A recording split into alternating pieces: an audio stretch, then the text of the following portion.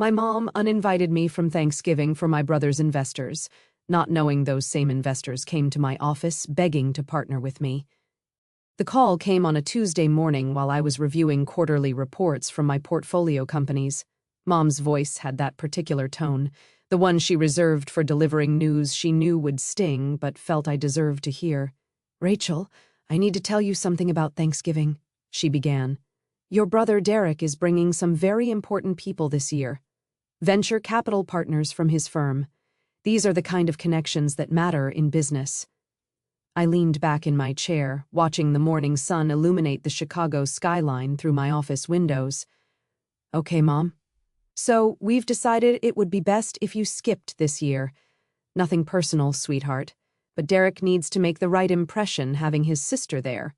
Well, you understand, you work in that little nonprofit sector. These people operate at a different level." "I understand," I said quietly.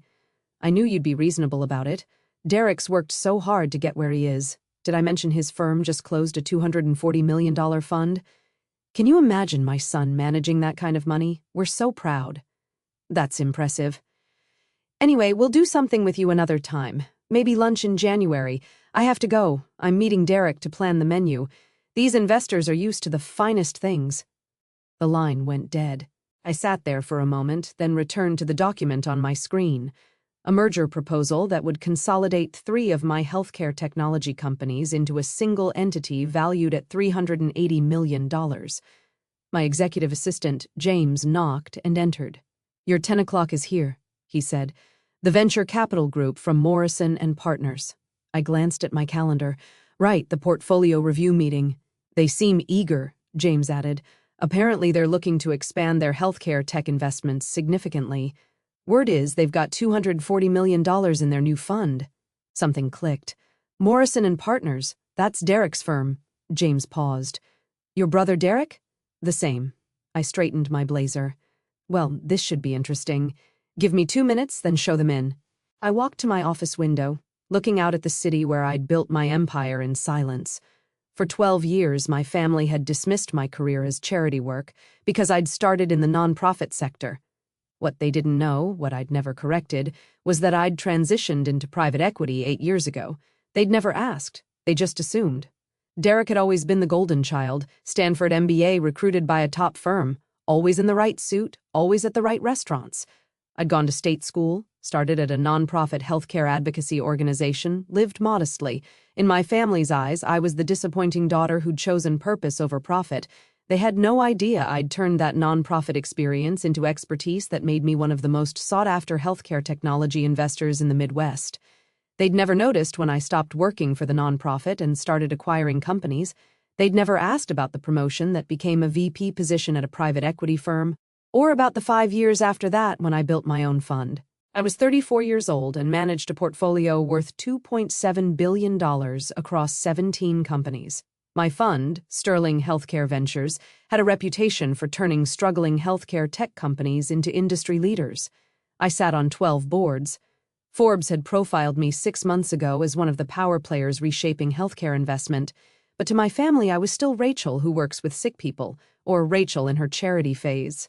The worst part wasn't the dismissal, it was how Derek had weaponized their perception. At family gatherings, he'd introduce himself with his job title and firm name, then introduce me as my sister who does nonprofit stuff. When relatives asked about my work, he'd change the subject. When I bought my Lincoln Park brownstone 3 years ago, Derek told everyone I must have gotten some kind of subsidy for nonprofit workers. Last Christmas, Derek had brought his girlfriend, now fiancée, Melissa, who worked in marketing at dinner. Melissa asked what I did. Before I could answer, Derek jumped in. "Rachel works with healthcare charities. Very noble, but not exactly lucrative, not like the work we do in venture capital." Dad had laughed. "That's why Derek drives a Tesla and Rachel takes the train." Though my Model S was parked in my private garage and I took the train because I used the commute time to work. Even though the watch on my wrist cost more than Derek's entire wardrobe, even though the charity work they mocked had made me wealthier than everyone at that table combined, I didn't correct them because I'd learned something valuable. Being underestimated was a competitive advantage. While Derek spent energy proving himself, I spent energy building. While he worked at the right parties, I closed deals. While he posted about his wins on LinkedIn, I quietly acquired his competitors. There was another reason I'd stayed silent. I wanted to see how far they'd go, how much they'd reveal about who they really were when they thought I had nothing. Every dismissive comment, every piece of unsolicited advice about getting serious about my career, every family event I wasn't invited to because I'd bring down the professional tone, I cataloged it all, not for revenge, for clarity. And now Derek's colleagues, the investors he was so proud to bring to Thanksgiving, were about to walk into my office. James knocked again. "Miss Sterling, they're ready. Show them in." 3 men entered. I recognized the lead partner, Richard Morrison, from industry conferences. Late 50s, silver hair, expensive suit. Behind him, 2 younger partners. One I knew as Derek's direct supervisor, Marcus Chin, and another I didn't recognize. "Miss Sterling," Richard extended his hand. "Thank you for making time. I've been wanting to meet for months." "The pleasure is mine. Please sit." We settled around my conference table. Through the window behind me, my company name was etched in glass, Sterling Healthcare Ventures. Below it, a smaller line, Rachel Sterling, founder and managing partner. "I'll be direct," Richard began. "Morrison and Partners is looking to expand significantly in healthcare technology. We just closed a $240 million fund and we're searching for co-investment opportunities with firms that have real expertise in this sector." Marcus nodded. "Your track record is exceptional. The way you turned cardiotech around, brilliant, and the HealthBridge acquisition was perfectly executed. Thank you. We're hoping to discuss potential partnerships," Richard continued. "Perhaps co-investment opportunities, deal flow sharing. We have capital and generalist investment expertise. You have specialized healthcare knowledge and a proven track record. It's a natural fit." I nodded, listening as they outlined their strategy. They wanted access to my deal pipeline. They wanted to learn my methods for evaluating healthcare technology companies.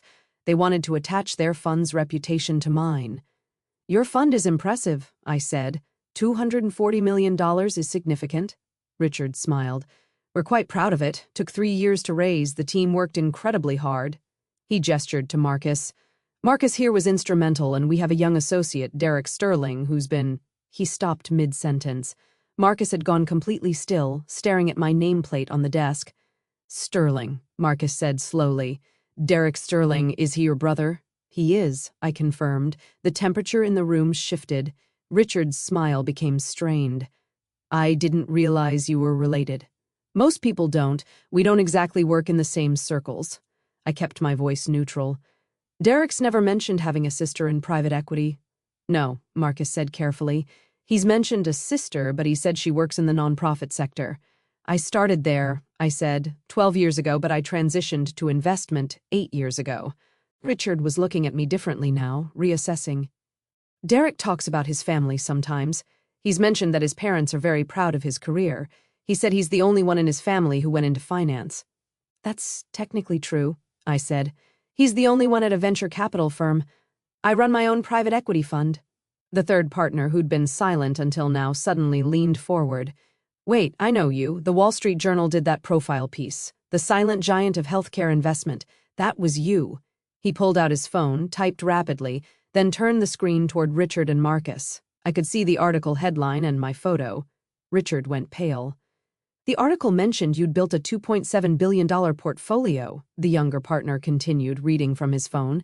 "It called you one of the most influential healthcare investors in the country. It said established firms regularly seek your guidance." Marcus was doing his own search now. "Jesus, Forbes profiled you last year. Power players reshaping healthcare investment. You were number 4 on the list." "Number 3, I corrected gently. They updated it." Richard's hand was trembling slightly. "Derek never mentioned any of this." "Derek doesn't know," I said simply. "My family doesn't know." "How is that possible?" Marcus looked genuinely confused. "I never told them. They assumed I was still doing nonprofit work, and I never corrected them. They weren't interested enough to ask questions." Richard was scrolling through something on his phone now, his face growing redder. "We're having Thanksgiving dinner at his parents' house. Derek invited the partners. He said it would be a great opportunity to meet his family, see where he comes from. He positioned it as—" He stopped. "As what?" I asked. "As a way to show his family background, successful parents, strong family values. He implied his success ran in the family." I smiled thinly. And what did he say about me? Marcus and Richard exchanged glances. Marcus spoke carefully. He said you were in the nonprofit sector, that you'd never really found your career footing, that you were the family member who chose purpose over profit, and that while they loved you, you'd never understood business the way he did. The room was silent. He told us, Richard added quietly, that his parents were disappointed you never achieved what they'd hoped for. I nodded slowly. And based on that understanding, you all planned to attend Thanksgiving at my parents' house where Derek would showcase his success and his impressive venture capital partners. Did he mention I wouldn't be attending? He said you had work obligations, Marcus said, some nonprofit fundraiser you couldn't miss. No, I said, my mother uninvited me. She called this morning to tell me Thanksgiving was for successful people and that Derek's venture capital partners were attending. She said it would be best if I skipped this year because I work in that little nonprofit sector and you all operate at a different level. The silence stretched out.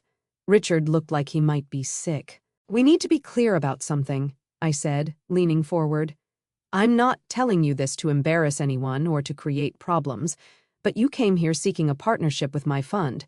You wanted access to my expertise, my deal flow, my track record. Before we discuss that, you need to understand the full picture. Miss Sterling, Richard began. I don't know what to... Let me finish. Derek is your employee. This is awkward for you, and I understand that. But here's what I need you to understand. I've built my career in silence while my family dismissed it. I've closed billion-dollar deals while they thought I was organizing charity fundraisers. I've sat on corporate boards while they pitied my career choices. And I've done all of this without their support, their connections, or their approval.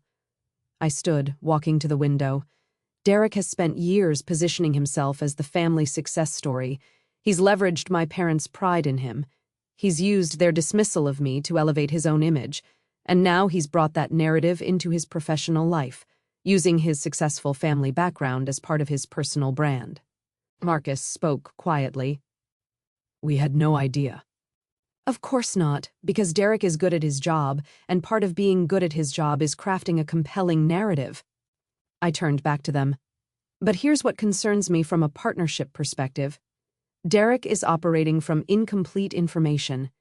He's made assumptions about an entire sector, nonprofit and healthcare, based on his dismissal of my career. If he's that blind to the reality of his own sister's success, what other blind spots does he have? Richard stood. Miss Sterling, I need to be direct. This is a significant problem. Derek's judgment is compromised by his ego, I finished.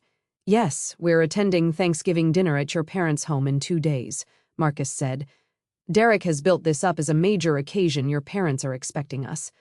They've planned an entire evening around showcasing Derek's success.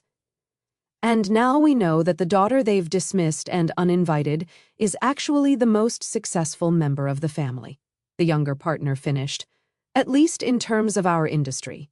Richard sank back into his chair. This is a disaster. It doesn't have to be, I said calmly. You have several options. You can attend the dinner as planned and say nothing. Maintain Derek's narrative. You can attend and politely mention that you met with me, or you can decline the invitation entirely. What would you do? Marcus asked. If you were in our position. I considered this. I'd think carefully about what this situation reveals about Derek's character and judgment. I'd consider whether someone who could so thoroughly misunderstand and undervalue his own sister's career for years might have similar blind spots in his professional analysis. And I'd ask myself whether those blind spots pose a risk to my fund. Richard nodded slowly. You're suggesting we need to re-evaluate Derek's position at the firm.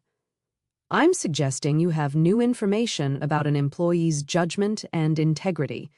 What you do with that information is your decision. The timing, Marcus said. 2 days before Thanksgiving at his parents' house with you uninvited because your mother thinks we're too successful to associate with you. He shook his head. The irony is brutal. The truth often is. Richard stood again, this time with obvious decision in his posture. Miss Sterling, I need to make a phone call. Would you excuse us for a moment? Of course. James can show you to the conference room down the hall. After they left, I sat at my desk processing what had just happened. I hadn't planned this. I'd simply agreed to a meeting request from a venture capital firm seeking partnerships. The fact that it was Derek's firm, that these were the investors my mother thought were too important to meet me, that this meeting happened the same morning as her uninvitation, that was just timing. Or perhaps it was inevitable. Derek had spent so many years underestimating me that eventually his professional world and his family delusions had to collide. 20 minutes later, James knocked. "They'd like to speak with you again." The three men returned, and I could see they'd reached a decision. Richard spoke first. "We've had a difficult conversation, and we need to be transparent with you. First, regarding the partnership opportunity we came here to discuss. We absolutely want to pursue that. Your fund's expertise and track record are exactly what we need. We'd be honored to explore co-investment opportunities. Second," Marcus continued, "we need to address the Derek situation. We've decided to attend Thanksgiving dinner as planned." My eyebrows rose, but Richard added quickly, "We're going to be honest with your family. Not cruel, not vindictive, but honest. If your career comes up, when it comes up, we're going to acknowledge that we met with you today, that we're pursuing a partnership with your fund, and that you're one of the most respected healthcare investors in the industry." "Derek will be humiliated," I said quietly. "Derek has apparently been humiliating you for years," Marcus replied, "and more importantly, he's been lying to us by omission, if not directly, about his family situation. That's a character issue we can't ignore." The younger partner spoke. "Miss Sterling, may I ask you something? Why did you never correct them? Your family, I mean. Why let them believe the wrong thing for so long?" I thought about this carefully. "Because I wanted to see who they'd be when they thought I had nothing. I wanted to see if their love was conditional on success, and I wanted to build something that was entirely mine, not connected to my family name, not dependent on their support or approval." "And now?" Richard asked. "Now I know the answer. Their love is conditional, their respect is transactional, and my success is entirely my own." I paused. "That last part, that's worth more than all of it." Marcus nodded slowly. "For what it's worth, I think you've handled this with remarkable grace. Many people in your position would have exposed Derek years ago. Exposing him wouldn't have changed anything except prove I was petty. Building something bigger than his ability to diminish, that changed everything." We spent the next hour discussing actual partnership possibilities. The irony wasn't lost on me that I was planning co-investments with the same people who would be at my parents' house for Thanksgiving, celebrating the son who'd worked so hard to keep me uninvited. As they prepared to leave, Richard paused at the door. "Miss Sterling, I feel I should mention Derek submitted a deal proposal last week for a healthcare tech investment. Given what we've learned today about his blind spots in this sector, we'll be reviewing it much more carefully." "That's wise," I said. "Due diligence matters." After they left, I stood at my window for a long time watching the city move below. My phone buzzed. A text from Derek. "Mom said you can't make Thanksgiving, probably for the best. These investors are high level. You wouldn't have much to contribute to the conversation anyway. No offense." I stared at the message, then typed a simple response. "None taken. Enjoy your dinner." That evening, I called my best friend Sarah, who'd witnessed years of my family's dismissal. I told her about the meeting, about Morrison and partners, about what was likely to happen at Thanksgiving. "Oh my God," she breathed. "This is like watching a Greek tragedy unfold. Derek has no idea what's coming." "He still doesn't have to know," I said, "if his colleagues stay quiet." "Rachel, they won't stay quiet. They can't. They're venture capitalists. They're supposed to identify value and potential. You think they can sit at your parents' table while Derek and your mother talk about his impressive career and your disappointing one? They'd be complicit in the lie." She was right. "What are you going to do Thursday?" she asked. "What I always do. I have a board meeting Friday morning to prepare for." "You're not even slightly curious about how it plays out?" "Of course I am, but being curious doesn't mean I need to be there. Whatever happens, happens." But Sarah knew me better than that. You've spent 12 years building toward this moment, the moment when they realize who you actually are, and you're going to miss it. "I didn't build my career for this moment," I corrected. "I built it despite their inability to see it." "That's very zen of you. Also, I don't believe you." I smiled despite myself. "Fine, I'm curious, but I'm not going to crash their Thanksgiving to prove a point." "You wouldn't be crashing, it's your family." It's a family that uninvited me, Sarah. Fair point. She paused. But promise me you'll keep your phone charged because I guarantee you're getting calls on Thursday. She was right about that, too. Thanksgiving morning arrived cold and clear. I went for a run along the lake, came home to my empty brownstone, and made coffee. My phone was suspiciously quiet. Usually, Mom would have texted by now with some comment about the dinner preparations. Derek would have sent something about his morning routine or his workout. Some subtle flex disguised as casual sharing. Nothing. At 11, my phone finally rang. Dad, his voice was strange. Rachel, can you come to the house? Dad, Mom uninvited me. She was pretty clear. That was a mistake. We need you here, please. What's wrong? Please come as soon as you can. I'd never heard my father sound like that, small, almost frightened. Against my better judgment, I got dressed, got in my car, and drove to their house in Evanston. The scene I walked into was surreal. My parents' elegant dining room, usually a showcase of entertaining perfection, felt like the aftermath of something broken. Mom sat at the table, mascara slightly smudged. Dad stood by the window. Derek sat alone on the couch in the adjacent living room, staring at nothing. And at the table, looking distinctly uncomfortable, were Richard Morrison and Marcus Chin. Everyone turned when I entered. Rachel, Mom started and her voice cracked. We didn't know. Richard stood. Miss Sterling, thank you for coming. I apologize for the awkward circumstances. What happened? I looked around the room. Marcus spoke quietly. We arrived for dinner. Your mother was introducing us to family friends, talking about Derek's success. Someone asked about Derek's sister. Your mother said you worked in charity and couldn't attend because of work obligations. Derek added some comments about how you'd never understood business. And I prompted. I mentioned that we just met with you Tuesday, that we'd spent 2 hours in your office discussing a partnership between Morrison and Partners and Sterling Healthcare Ventures. The silence that followed must have been spectacular. Your mother, Richard continued, didn't understand at first. She thought there was some mistake. Derek said I must have met with someone else named Rachel Sterling. So I showed them the Wall Street Journal profile, the Forbes article, your fund's website. Mom was crying now, quietly. Dad looked like he'd aged 10 years in 10 minutes. Derek hadn't moved from the couch, hadn't looked at me. Your mother asked why you'd never told them, Marcus said. Derek asked if I was sure we had the right person.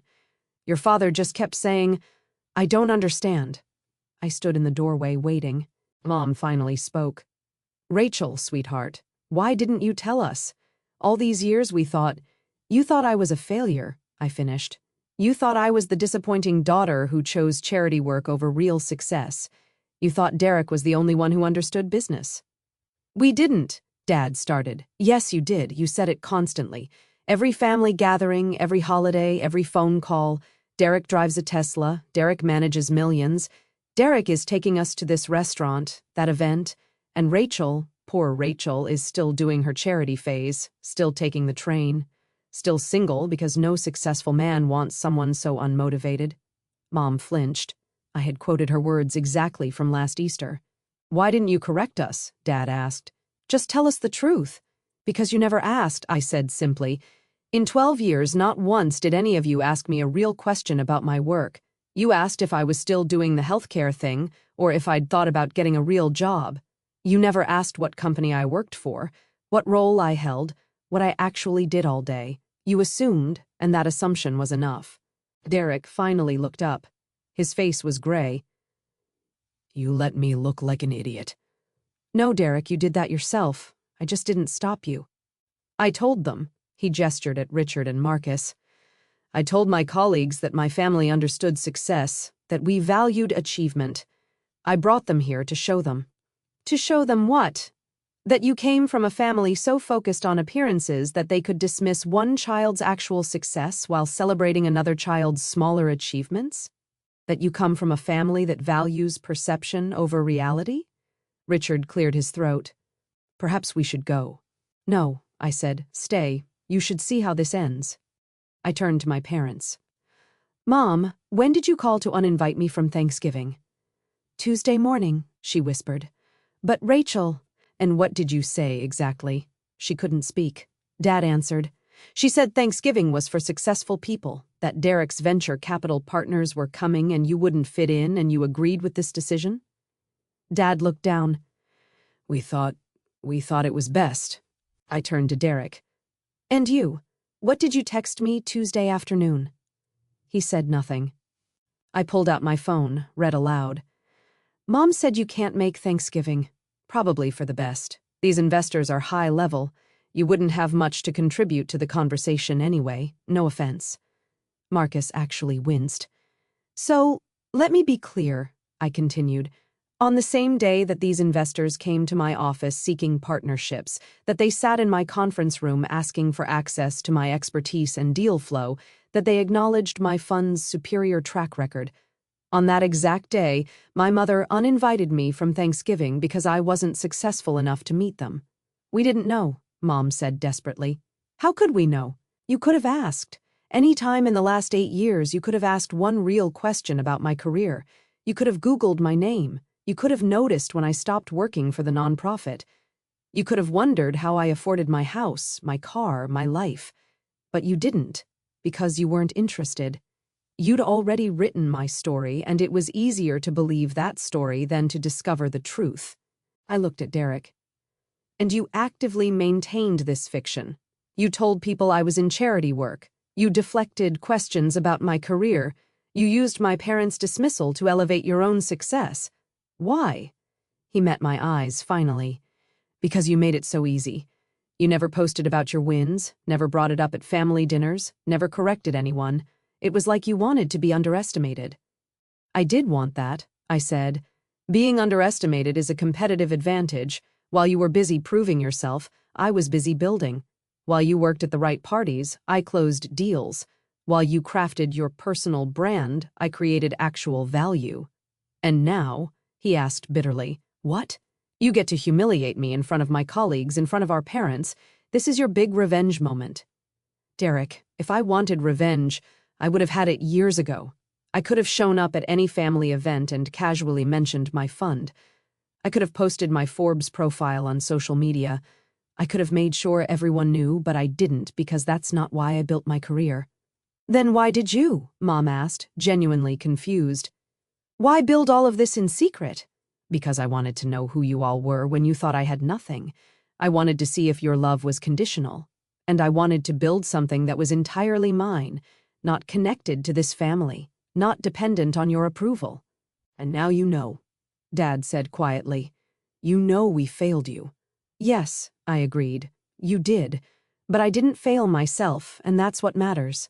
Richard stood again. Miss Sterling, Rachel, I think we should leave you to discuss this as a family. We've intruded enough. Actually, I said, I'd like you to stay for one more minute because I want my family to understand something. I turned to Derek. Morrison and Partners came to me seeking a partnership. They want access to my expertise in healthcare technology investment. They want to learn from my methods. They want to attach their fund's reputation to mine. That's worth millions to them in deal flow and returns. Derek's face went even paler. Richard and Marcus will make their own decisions about how this affects your position at their firm, but I want you to understand something. The sister you've dismissed for years, the career you've belittled, the success you've denied, that's the success your own firm is now seeking access to. I looked at my parents. Mom, Dad, the daughter you uninvited from Thanksgiving because she wasn't successful enough to meet Derek's investors. She's the investor those investors came to meet. The room was absolutely silent. Finally, Marcus spoke. Miss Sterling will be in touch about the partnership discussions. And Derek, we need to speak with you privately before the end of the week. They left quickly. The door closed behind them, leaving just my family. Mom was crying openly now. Rachel, I'm so sorry. I'm so sorry. Dad's voice was hoarse. How do we fix this? I looked at them. These people who'd raised me, supported Derek, dismissed me, uninvited me, and now wanted to fix it all with an apology. You can't fix it, I said quietly. Not today. Maybe not ever. But you can start by understanding that my success isn't about you. It never was. I didn't build my career to prove anything to this family. I built it because I'm good at what I do. Because I saw opportunities others missed. Because I worked harder than anyone else was willing to work. We're so proud, Mom started. Don't I cut her off? Don't tell me you're proud now. That's the problem. Your pride is conditional, your respect is transactional. For 12 years, I wasn't worth your pride because you thought I wasn't successful. Now you know I am, and suddenly you're proud. That's not pride. That's relief that I didn't embarrass you. Derek stood suddenly. So what? You're just done with us? You're too successful now for your own family? No, Derek. I'm simply done pretending that your dismissal didn't hurt. I'm done making myself smaller to make you feel bigger. I'm done with a family dynamic where love and respect are contingent on perceived success. Then what do you want? Dad asked. Tell us what you want. I thought about this carefully. I want you to understand that the daughter you dismissed became successful because of who she is, not in spite of your lack of support. I want Derek to understand that real success isn't about the image you project. It's about the value you create. And I want all of you to sit with the reality that when you had a choice, you chose Derek's comfort over my presence. That's not, Mom started. Yes, it is. You uninvited your own daughter from Thanksgiving because you thought she'd embarrass your successful son. That was your choice. The consequences of that choice are yours to carry. I picked up my bag. I have work to do. You have a lot to think about. Rachel, please. Mom stood. Stay for dinner. We can talk about this. Mom, there's no turkey. There's no dinner. There are no investors to impress. There's just a family that chose wrong and a daughter who spent 12 years building something they never bothered to see. I walked to the door, then paused. For what it's worth, I don't hate any of you, but I don't need you either. I built my success without your support. I'll continue without your approval. Derek's voice stopped me. The partnership with Morrison and Partners. Are you going to do it? I haven't decided, I said honestly. I'll evaluate it like I evaluate every opportunity, on its merits, its strategic value, and its potential returns. Your involvement is irrelevant to my decision. They're going to fire me, he said flatly. After today, after this humiliation, they're going to fire me. Maybe, I said. Or maybe they'll see this as a learning opportunity. Either way, that's between you and them. I'm not your problem, Derek. Your judgment is your problem. Your ego is your problem. Your inability to see reality when it doesn't match your preferred narrative. That's your problem. I left them there. My crying mother, my devastated father, my humiliated brother, in their beautiful house with their shattered expectations. The drive back to the city felt longer than usual. My phone started ringing before I'd even reached the highway. Sarah, my friends, even my executive assistant James, who'd somehow heard already. I let them all go to voicemail. When I got home, I made myself a proper meal. Salmon, roasted vegetables, a good wine. I ate alone at my dining table looking out at the Chicago skyline. My phone buzzed constantly with messages, but I ignored them all. Finally, around 8 p.m., I opened my laptop and returned to work. There was a board meeting tomorrow, a merger proposal to finalize, 3 companies in my portfolio that needed attention. My family's drama was just noise.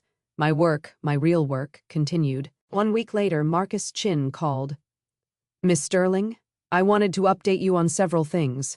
First, we're moving forward with the partnership proposal. Our legal team is drafting terms. We think this could be very beneficial for both funds. I'm pleased to hear that. Second, regarding Derek, we've had extensive discussions with him about judgment, integrity, and the importance of accurate self-assessment. He's being placed on a performance improvement plan. His deal-making authority is being restricted. Whether he stays with the firm long-term will depend on his ability to demonstrate improved judgment. That seems fair. He asked me to tell you something, Marcus continued. He said to tell you he finally understands that success isn't about the story you tell, it's about the value you create. He said he spent years telling a story while you spent years creating value. That's progress, I said. Your parents also reached out. They'd like to meet with me and Richard. They want to understand your career better, learn about the industry. They seem genuinely eager to understand what they missed. That's their choice. Is it too late? Marcus asked gently. For your family, I mean. Is it too late to rebuild that relationship? I thought about this carefully. I don't know. Right now, I need space. I need to see if they can respect me when I'm not performing success for them. I need to see if they can love me when I'm not exceeding expectations, and honestly, I'm not sure they know how. That's wise, Marcus said. And Rachel, if I may, you've handled this entire situation with remarkable grace. Many people would have been vindictive. You've simply been honest. Honesty is enough, I said. The truth did all the work. 6 months after that Thanksgiving, my life had found a new equilibrium. The partnership with Morrison and Partners was thriving. We'd co-invested in 3 healthcare technology companies, all performing ahead of projections. Derek had left the firm, not fired, but resigned to join a smaller fund where he'd have more room to grow without the weight of expectations. My parents and I spoke occasionally, careful conversations, more honest than before, but still finding their footing. Mom had apologized 17 times in 17 different ways. Dad had finally asked me real questions about my work. They were trying. Derek and I met for coffee once. It was awkward but honest. "I'm sorry," he'd said, "for years of being a self-absorbed jerk, for using your dismissal to prop myself up, for never once asking you a real question about your life." "I accept your apology," I'd said, "but Derek, you need to understand I don't need your validation anymore. I never did. That was always your need, not mine. I know that now." As I sat in my office that spring afternoon, reviewing the latest quarterly reports, I thought about that strange Thanksgiving 6 months ago. The collision of Derek's narrative and my reality, the moment when everything they thought they knew proved false. People asked if I was glad it happened, if I'd enjoyed the reversal, the vindication. The truth was more complicated. I wasn't glad my family had dismissed me. I wasn't glad they'd valued image over substance. I wasn't glad for the years of small cuts and casual cruelties, but I was glad I'd built something that was entirely mine. I was glad I'd never compromised my vision to match their expectations. I was glad I'd turned their dismissal into discipline, their doubt into determination. Most of all, I was glad I'd proven to myself, not to them, that success doesn't require validation, that building real value matters more than performing success, that being underestimated is only a weakness if you believe it. My phone buzzed. A text from Richard Morrison. "Deal closed. $340 million acquisition. Your instincts were perfect. This partnership is the best decision we've made in years." I smiled and returned to work. They'd come to my office seeking a partnership. They'd left understanding that the woman they dismissed wasn't just worthy of partnership. She was the standard they were trying to reach. And somewhere in Evanston, my family was learning the same lesson, that the daughter they'd underestimated had never needed their approval to succeed. She just needed them to get out of her way.